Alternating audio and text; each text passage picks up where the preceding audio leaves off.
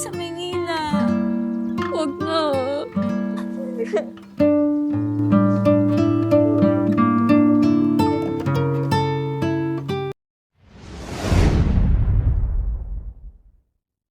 Kilalanin natin ang matalik na magkaibigan na sina Annie at Sofia na hindi mapapantayan ang kanilang samahan ng kahit na sino man.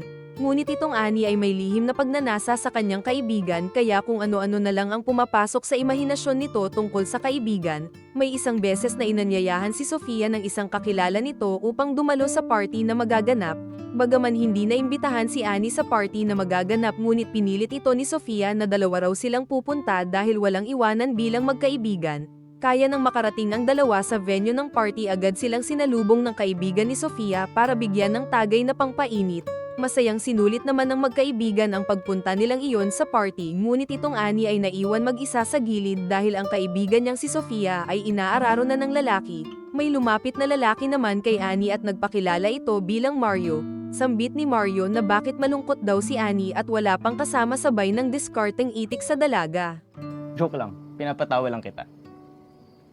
Addict ka ba? Hindi yun pick-up line. Observation yun. Hindi ako addict. Ayoko lang talaga na may babaeng umiiyak. Addict ka nga. Balak na sanang umuwi ni Annie dahil sobrang dilim na raw, ngunit pinilit siya ni Mario na samahan na raw niya itong umuwi dahil delikado na sa daan. Bago pa man lumayo ang dalawa biglang hinalikan ni Annie si Mario nang hindi nito inaasahan.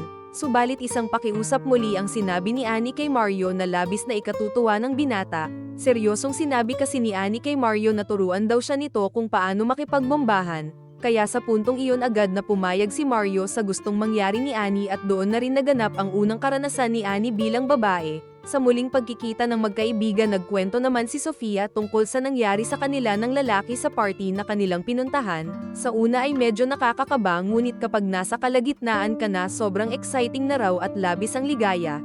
Tahimik lang naman na nakikinig si Annie sa kwento ng kaibigan at tila wala ito sa mood. Hindi maintindihan ni Sofia na kung bakit lumamig ang pakikitungo sa kanya ni Annie simula noong nagkwento ito tungkol sa lalaki. Uy, Bes, bakit ba lagi kang nagmamadali? Iniiwasan mo ba ako? Busy lang ako. Siguro meron ka, no? Ang init ng ulo mo, eh. Meron ka, no? Patingin nga. Kala mo lagi nakikipagbiroan sa'yo eh. Dahil sa tampuhan ng magkaibigan at itong Sofia ay nawawala na rin sa focus niya habang nag-ensayo ng sayaw, napansin ni Professor na tila may malalim na iniisip si Sofia kaya nagsabi ito sa dalaga na magpahinga muna raw ito sa office niya. Ngunit pagdating pa lang ng dalawa sa office at itong professor ni Sofia ay may ibang balak pala sa kanya, subalit itong Sofia ay tila hindi pumalag sa nais gawin sa kanya ni Professor at maluwag niya itong pinayagan na galawin siya. Matapos noon pinuntahan na rin ni Sofia si Annie para ayusin ang tampuhan nilang magkaibigan. Nagsabi rin si Sofia kay Annie na may balak itong mag-overnight sa bahay nila. Kaya sa oras na magkasama na ang dalawa sa bahay ni Annie agad na rin nilang inayos ang hindi nila pagkakaintindihan. Subalit habang kausap ni Annie si Sofia muli na namang pumasok sa imahinasyon niya na mayroon nangyayari sa kanilang dalawa. Matapos ng matinding imahinasyon ni Annie sa kaibigan at bago sila matulog nagkwento si Sofia tungkol sa professor niya at sa nangyari sa kanilang dalawa. May special someone ako ngayon. Matangkat. Ang mature niya. Feeling ko, mahal na mahal niya ako. Si Sir Gino? Nagpapaliw ka na ba, Sofia? Uy, secret lang yun nga. Kinabukasan biglang nakaramdam ng pagsusuka si Sofia at agad pumasok sa isip ni Annie na baka buntis na nga ang kanyang kaibigan. Gaya ng inaasahan na laman na nga ni Sofia na ito ay buntis at isang tao lamang ang nasa isip niya. Kaya agad niyang pinuntahan si Professor at sinabi niya rito na siya nga ay nagdadalang tao at si Professor ang ama. Sa kasamaang palad hindi iyon tinanggap ni Professor at sinabihan pa si Sofia na alisin daw nito ang nabuo sa tiyan niya.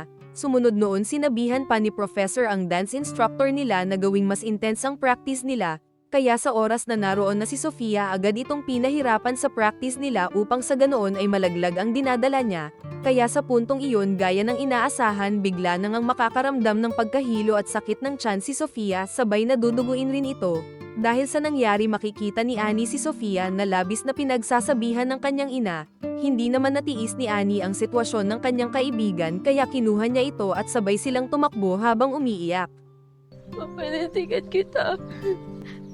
Kaya kita ipaglaban. Ako na lang, Sofia. Annie, ano Ano ba nagsasabi mo? Kung hindi ka nilang kayang tanggapin, tatanggapin kita. Pareho tayong babae. Ano naman? Sabihin mo sa mama mo, huwag na. Dahil sa bugso ng damdamin, tuluyan na ring binigay ng dalawa ang init na kanilang nadarama at nagtampisaw sa tubig. Kaya sa mga pagkakataong iyon doon na rin naganap ang ligaya ng dalawang tao na nagmamahalan. Matapos noon kumalat na rin sa buong paaralan ang kalokohan na ginawa ni Professor.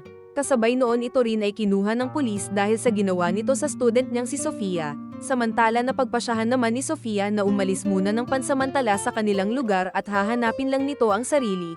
Masakit para kay Annie ang pag-alis na iyon ni Sofia, ngunit kailangan tanggapin para sa ikabubuti nilang dalawa. Sa walang kasiguraduhang pangako na muling babalik, ngunit ito ay pinanghawakan ni Annie dahil sa labis niyang pagmamahal sa matalik na kaibigan. Hanggang sa muli, mahal ko. Isang huling salita na binitawan ng minahal ng kanyang kaibigan.